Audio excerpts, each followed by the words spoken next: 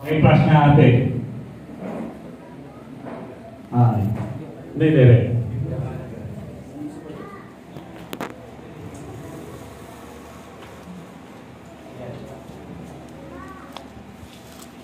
Sabi po ito sa question ko, kung bibigyan ka ng pagkakataon na makabalik sa nakaraan, ano ang mga bagay na babaguhin mo? Ulitin po natin. Kung bibigyan ka ng pagkakataon na makabalik sa nakaraan, ano yung mga bagay na babaguhin mo? Ha? Before po natin sagutin yan, tayo muna yung sumadaling manalangin. Maraming mga tayo. Panginoon, salamat po sa oras na ito. Salamat sa magandang panahon na ipinagkaloob niyo po sa amin. Salamat po sa oras na pinagkatiwala niyo sa amin na kami din ng mga anak mo, meron kaming kalayaan upang kami ay makapag-aral ng iyong mga mayayamang salita sa oras nito. Dalangin ko po na gabayan niyo po kami sa aming pag-aaral, bigyan niyo po kami ng sapat na karunungan upang lubos po namin maunawaan ang iyong mga salita.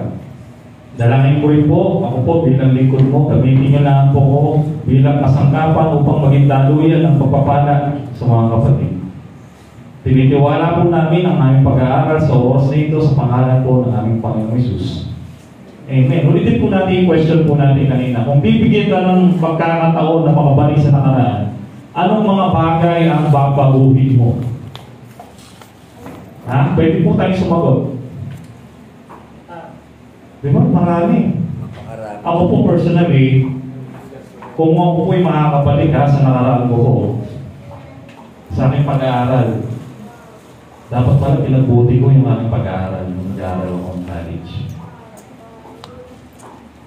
Dapat pala pinagbuti ko, dapat pala nagseryoso ako sa aking pag-aaral. Alam niyo po yung course ko noon, automotive. Pero hindi ko pinagbuti yun. Nagseryoso ako sa pagiging athlete, no? Basketball. Doon ako nag-focus. No? Pero yung course ko, yung automotive, hindi ko sineryoso yun. Alam ko yung magpa-class. Pero yung pagpapalik, ang problema. Kung paano magpapalik yun. Minsan nasusobra ko kaya nakukuling sa tornilyo. No? So, magbibigyan ako ng pagkakataon na makabalik sa nakaraan. Marami ako personal na dapat baguhin sa ang buhay. Even sa pag-attend ng mga fellowship sa camps, ang dami ng kabataan ko. Marami akong sinayang na pagkakataon na sana ay naka-attend ako ng mga camps. Na sana marami pa akong natutunan about sa salita ng ating Panginoon. Kasi itong mga panahon na yun, pinapawalang halaga ko yung mga bagay na yun. At nakapokus ako sa barkada, sa sariling hangarin ko po yung mga panahon na yun. Sabi po, marami po tayong babaguhin, di po ba? Kung tayo po yung tatanungin, kung tayo babalik sa nakaraan natin. Marami po tayong pwedeng baguhin. No? Pero ang katotohanan po mga kapatid, wala pong time machine. No? Wala pong time machine para makabalik po tayo, para ayusin yung mga bagay na hindi maganda na nagawa po natin sa past na nakaraan po natin. Agree po kayo? Wala pong time machine. Hindi po tayo si Doraemon. Nanonood po kayo ng Doraemon? Diba? Si Doraemon, kapag gusto niya bumalik sa nakaraan, makakabalik siya immersion time machine. No? At nakakapunta siya sa future na mangyayari. Ganun po siya. Pero sa atin, in reality, wala pong time machine para makabalik po tayo sa nakaraan, para baguhin po natin yung mga bagay o pangit na ginawa po natin. No? So, yun po yung katotohanan. Ang bawat pagkakataon na ibinigay ng Diyos o binibigay po ng Diyos sa atin, na pinapalagpas po natin, pagsisisihin po natin yan pagdating po ng panahon. No? Sabi nga po sa kasabihan, laging nasa uli ang pagsisisi. Wala po yan sa una. No? Kasi kung nasa una yan, mababago mo yung mga desisyon mo o yung mga pangit na o siyempre, marirealize mo yan. Maisip mo agad yan. Hindi mo na gagawin yan kasi alam mo, nasa una. No? Pero laging nasa uli yung pagsisisi. No? Kailan po ba tayo nagsisisi? Kailan po ba tayo nagsisisi? Siyempre kapag meron ng consequence yan. Meron ng bunga. Meron ng mga bunga yung mga nagawa nating kasalanan. No? Doon po tayo nagsisisi. Even sa ating mga maling plano, sa ating po mga buhay, di po ba? Sa ating mga maling desisyon, dapat pala, ganito yung ginawa ko. Dapat pala, ganito, ganyan. Dapat pala yung niligawan ko ay Kristiyano. Sana hindi kami nag-aaway tuwing linggo, umaating kami o hindi. Sana pa rin hindi namin pinag-aaway. Dapat pala, nakinig ako sa mga magulang. Sa mga magulang ko. No? Sa leader namin sa mga iglesia. Sa iglesia namin. No? Ano pa? Hindi ka naglingkod agad sa Panginoon. Sana pala naglingkod na ako nung kabataan ko. No? O kalamasan ko. Hindi yung kailan na mahina na ako, kailan matanda na ako, doon po na-realize na dapat pala maglingkod sa ating Panginoon. No? Huwag po nating antayin yan. Nang pagsisisihin po natin yan para muli. Even po sa ating pagbabasa ng salita ng Panginoon, pagbabasa ng Biblia. Kung hindi po tayo nananalangin sa bawat araw, hindi po tayo nakipag-usap sa ating Panginoon, marami pa pong iba. No? Even yung pagpunta po natin sa fellowship at hindi pag-attend ng church. Even po yung mga maling pananalita po natin. No? O yung mga hindi maganda na pananalita po natin. Diba? Pinagsisisihan po natin yan kapag nakapagbitaw na po tayo ng pangit. Mare-realize mo na lang yan na hindi pala maganda yung sinabi ko. Diba? Ako personally ganito. Kapag meron kaming away kami bilang mag-asawa, minsan nasasabihan ko siya. Sa sobrang galit ko, yung emotion ko mataas. Nasasabihan ko siya minsan ng masakit. Masakit na pala. No? Mare-realize ko na lang yung salita na iyon na pangit kapag bumaba na yung emotion ko. No? Pero kayo naman sa akin, dahil ako, di naman ganun ka-action pride ko. Ako rin mismo yung lumalapit sa kanya na, sorry ako. Please, sorry. Kaya kapit naman sa siyempre, inis ko yun. Kaya ganun po yung ano ko nanapingin ko talaga yan. Kapag ko yung nakagawa ng kasalanan sa kanya, nakasabihin ko siya ng pangit. Talagang gagawin ko yung best ko para lampingin ko yan. Ganun po ako personally.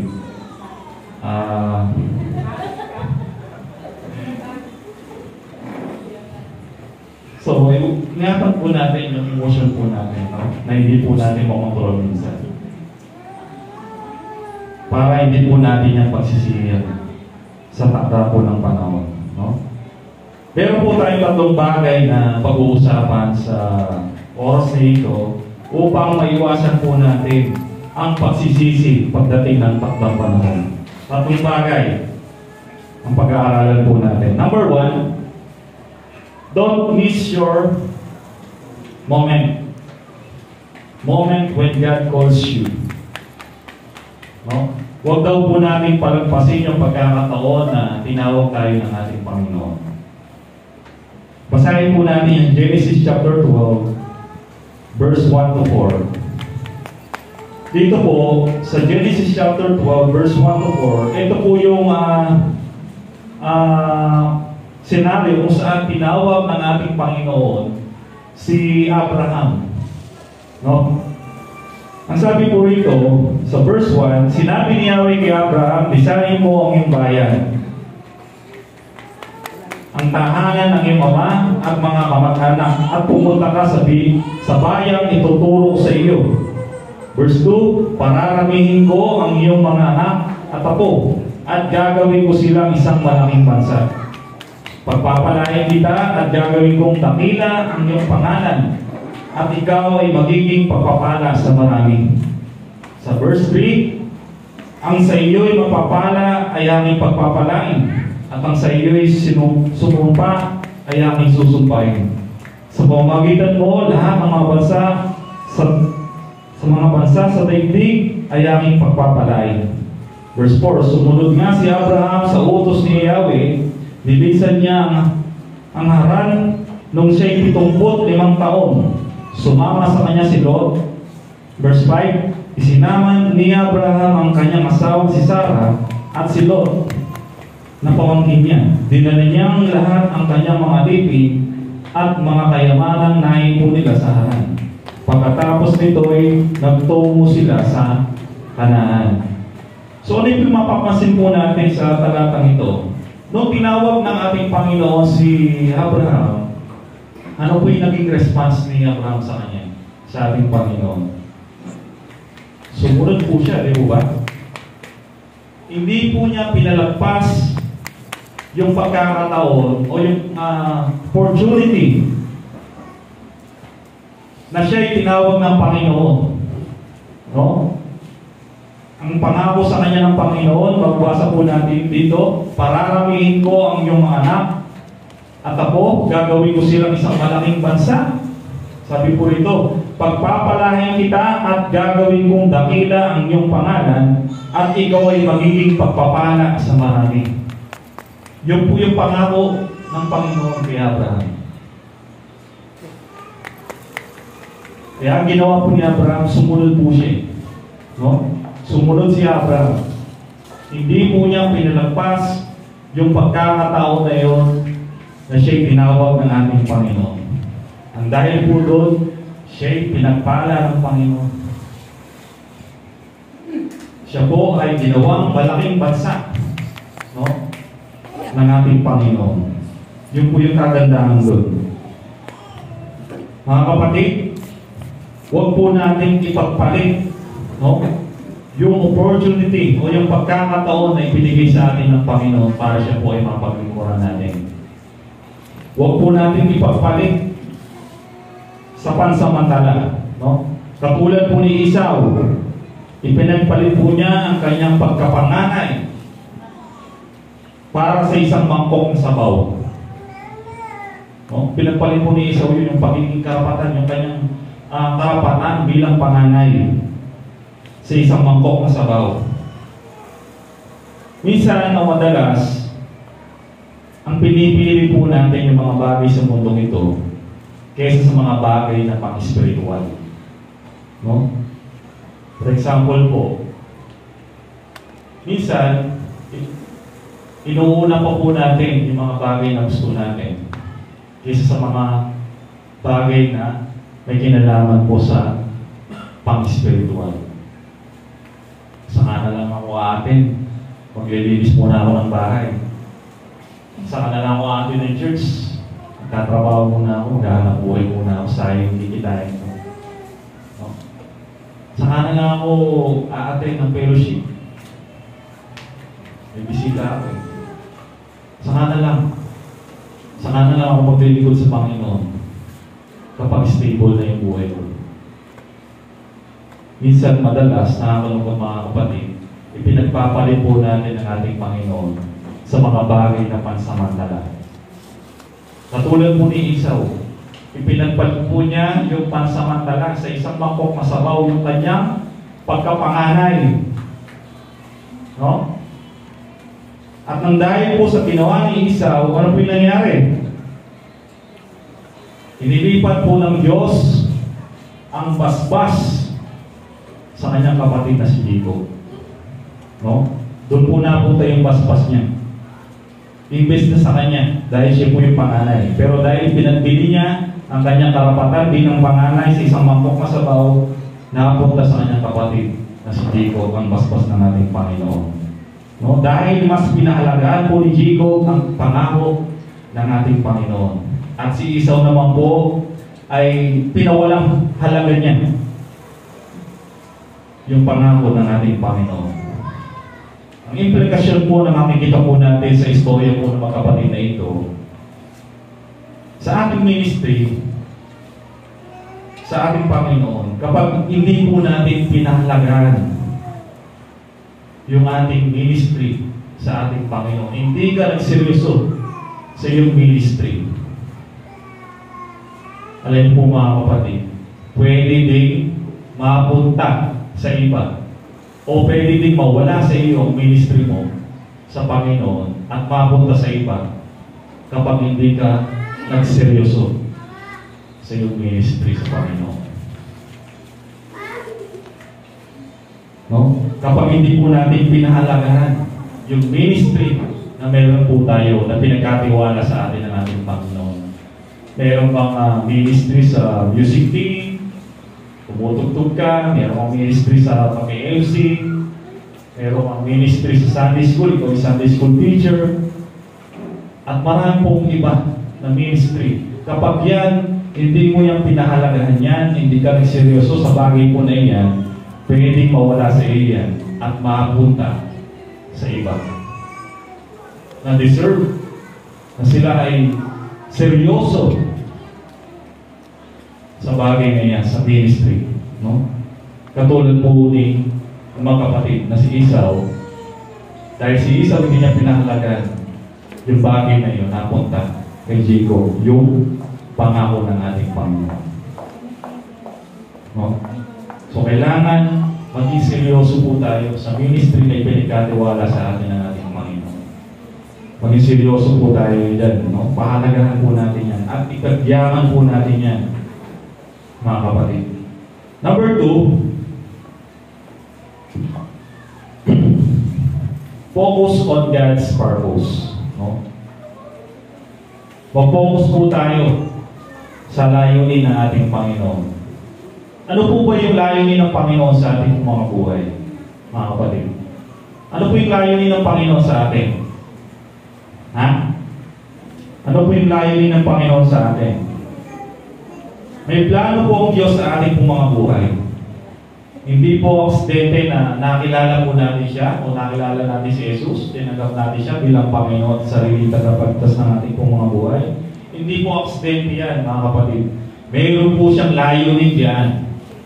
At ang layunin po ng Panginoon sa ating mga buhay para bigyan po natin siya ng kapurihan at kaluwalhatian sa ating mga buhay. Even sa ating mga spiritual gifts, diba nung tayo po ay simula po nung tayo nakakilala sa ating Panginoon, nagkaroon na po tayo ng mga spiritual gifts. At yung mga spiritual gifts po na yan, marami po yan. At iba-iba po yan. Diba? Mayroong spiritual gifts sa pagtuturo. Diba? Teaching, speaking. Yung mga pag-aakay ng mga kaluluwa. Spiritual gifts po yan. Even po sa tinatawag na hospitality. No? Spiritual gifts din po yan. Yung kumbaga sa hindi nagiging mabigat sa iyo na mag-invite na bisita sa iyong tahanan o yung pagpapakain sa ating tagapagsalita o sa ating bisita, sa ating manggagawa. Spiritual gifts po yan, mga kapatid. No? Yung hindi nagiging mabigat sa iyo, yung pagpapakain. Spiritual gifts po yan. No? Kaya dapat ay mag-focus po tayo dyan o ipagyaman po natin yan. No?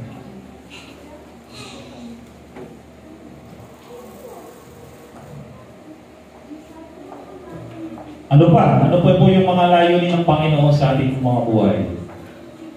Ha? Ang layunin pa po ng Panginoon sa ating mga buhay ay bahagi ang ebanghelyo ng kaligtasan. Oh?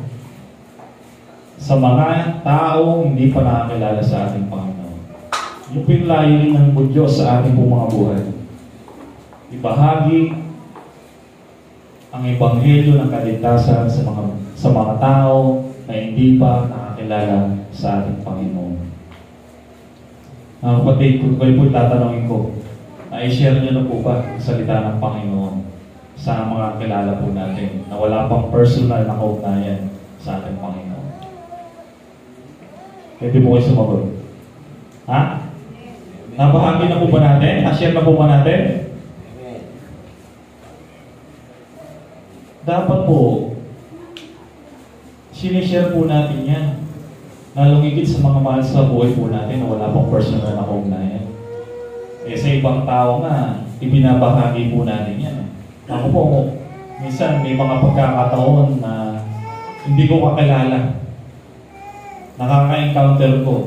At meron po yung pagkakataon na pumapasok sa aking kaisipan na pagkakataon na yun para ibahagi mo yung salita ng Panginoon. Minsan, nagpapacheck up kami, nung sumama ako yung titene, pero kung nakausap na kasama na nagpapacheck up, na siguro mga kaedad po siguro niya, pero mas mukhang bata lang si titene, nakausap po siya. At talagang makikita ko po talaga na willing siyang makinig sa akin para makinig ng salita ng ating Panginoon. At di po ko nagdalawang isip noong mga panahon na iyon na i-share yung salita ng ating Panginoon. Pero sa biyaya po ng Panginoon ay talagang nakinig po siya. No? Makikita ko po sa niya na parang na-convince ko po siya ng mga oras po na iyon. No? Mga kapatid, huwag po natin sasayanin yung pagkakataon. No? Katulad po ng mga bagay po na iyon. No? Focus on God's purpose. No? Focus po tayo sa layunin ng ating Panginoon sa ating pong mga buhay. Yun po yung pangalawa. Pangatlo, dito na po tayo magtatapos. Seek ye first the kingdom of God. Hanapin muna natin yung kaharian ng ating Panginoon. Dapat po, mga kapatid, number 1 po dapat ang Diyos sa ating po mga buhay. No? Unahin po muna natin ang kaharian ng Diyos kesa sa mundong ito. Maging kabahagi po tayo sa kanyang paghahari dito sa mundong ito. Habang hindi pa po tayo kinukuha ng Diyos. No? O hindi pa po tayo dinadala ng Diyos sa langit. May reward po ito. Ano po yung reward? Pagpapala. Ang sabi po sa Matthew chapter 6 verse 33, pamilyar na pamilyar po sa atin lahat ito. Yung Matthew chapter 6 verse 33. Sino po yung nakakabisado ito sa talatang ito? Ha? English ha? Ha? Matthew chapter 6 verse 33. Yung mga bata, kabisado ito eh. Ngunit, higit sa lahat, tama?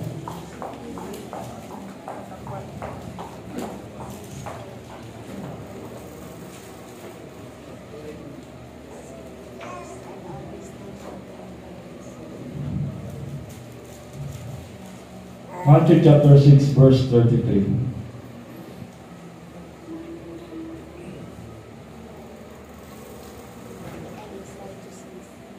Ngunit higit sa lahat ay bigyan halaga ninyo ang kaharian ng Diyos at ang pamumuhay ng ayos sa kanyang kalooban at bibigay niya ito at ibibigay niya sa inyo ang lahat ng mga bagay na ito. No? Parang ibang yung pagsalin po yung sa amin. Sa iba, unahin mo muna yung kanyang kaharian at yung katuwiran at pawang pawang daragdag na lang. Yung ating mga pangailangan. Meron po ako nabasa sa Facebook. Napakaganda ito, na-share po ito ng mga kapatid eh. Lahat po yata, na-share ito eh. Si parang na-share yata ito. Ito. Sabi niya, proven and tested yung pag inuna mo ang Diyos, susunod na ang lahat ng kailangan mo. Pero kapag inuna mo ang sariling kagustuhan mo at ibang bagay bago ang Diyos, doon ka lalo nawawalan. Napakaganda. Proven daw ba? Proven daw o tested na yung pag-inuna po natin ng ating Panginoon, susunod na ang lahat ng ating pangangailangan. Pawang idaragdag na lang eh. Diba? Idaragdag na lang ng Panginoon sa iyo yan. Ipagkakalog sa iyo ng Panginoon. Pero, sabi rito, kapag inuna mo ang sarili mong kagustuhan, ano po yung mangyayari? Doon ka mas lalong nawawalan. Agree po ba kayo dito? Ha? Agree kayo? Hindi agree lahat. Ako po, na-proven ko na po yan. Madalas, kapag inuuna po natin ang ating Panginoon, idaragdag na lang. Sapat sa lahat ng bagay ng ating Panginoon. Hindi po siya makukulang sa atin. Hindi po makukulang ang ating Panginoon sa atin kapag inuuna po natin siya. No? Proven na po yan. Hindi po makukulang ang Panginoon sa atin. Makikita mo na lang, magugulat ka na lang. Ay, talagang hindi mo expected yung pagpapala na ibibigay sa'yo ng Panginoon kapag inuna mo siya. Ako tested ko na yan, proof ko na yan personally. Na-proof ko na mo yan. Pero kapag inuna mo yung mga bagay na sa mundong ito kaysa sa Panginoon, kahit na blessing o pagkakakitaan ang yung gagawin mo, parang hindi sapat eh. Kulang. Oh, proof na po yan. Parang hindi ka sapat. Parang may kulang. Kahit na yung pupuntahan mo o yung gagawin mo, pagpapala. Sabihin na po natin, pagkakaperaan natin. Kulang. Totoo po yan. Parang may kulang pa. Pero kapag inuna po natin ang ating Panginoon, talagang nandun yung kagalangan eh. Diba? Nandun yung kagalangan sa ating mga buhay. Sapat lagi yung biyaya ng Panginoon sa atin kapag inuna po natin ang kanyang kaharian. Yung gawain ng Panginoon, kapag inuna mo yan, hindi po yan nawawalan ng kabuluhan. No? Mga kapatid, bilang hamon po sa atin, huwag po nating ayahan sa buhay po natin na darating yung panahon na marami po tayong pagsisisihan bandang muli. No? Mga kapatid, sapat na po ang ginawa ni Jesus doon sa krus ng Kalbaryo para i-prioritize po natin, no? Prioritize po natin siya sa ating po mga buhay. Katulad po ni Pablo, sabi ni Pablo sa Galatians chapter 2 verse 20, sabi po niya, Galatians chapter 2 verse 20, sabi rito, kaya hindi na ako ang nabubuhay ngayon, kundi si Kristo na ang nabubuhay sa akin. At ang buhay ko ngayon sa katawan ay kinabubuhay ko sa pamamagitan ng pananampalataya sa anak ng Diyos na nagmahal sa akin at nagandog ng kanyang sarili para sa akin. Napakaganda. Sabi ni Pablo ito, personal testimony niya, kaya hindi na ako ang nabubuhay ngayon, kundi si Kristo na ang nabubuhay sa atin. Mga kapatid, naway naging pagpapala po sa atin ang salita ng Panginoon na huwag po nating hayahan na darating yung panahon na pagsisisihan po natin na dapat sana nagseryoso na ako sa gawain ng Panginoon. Dapat pala, ginawa ko na o pinagbutihan ko na yung paglilingkod sa ating Panginoon. Mga kapatid, paalala sa atin ng Panginoon na maging seryoso po tayo at dapat maging priority natin siya. Yung dapat maging number one na priority po natin siya sa ating po mga buhay. Manalangin po tayo sa ating Panginoon.